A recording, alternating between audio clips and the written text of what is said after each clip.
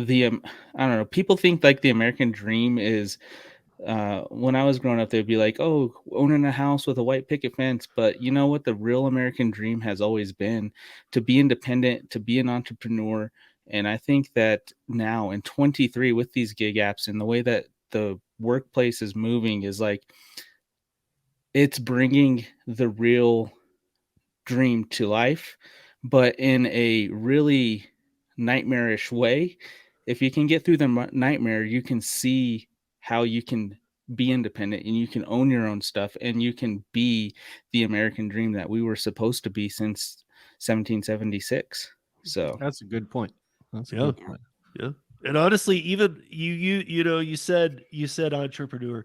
I don't know if a lot of people think that word, but the terminology of not having a boss, even whatever yeah, you want to call it, being our ability independent, enterprise. being independent, right? Being independent of somebody else telling you where to be when, and having the even though these apps have some control that we can feel, it's still our call. You can turn it on and off. That is always under your control. Yeah. And So if you can, 24/7. I mean, yeah, I can Yeah. log in at 2 o'clock in the morning and decide I want to work. and that's why I it's mean, not all doom and gloom, guys. I'm not sitting here saying that, yeah. 2023, look at, we're in a recession. All these apps are failing. Joe's quitting. This happened. Oh my God, the world's blowing up.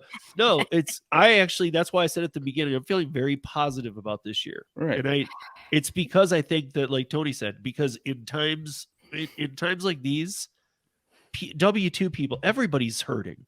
But Yeah. it's us who have been hustling and getting worked by these apps a little bit.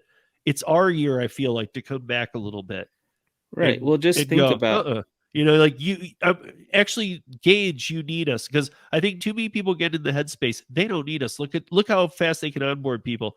Well, look how fast they offboard them too, or how Yeah. fast people quit. The churn rate on this is amazing. So Mhm. most people don't. absolutely.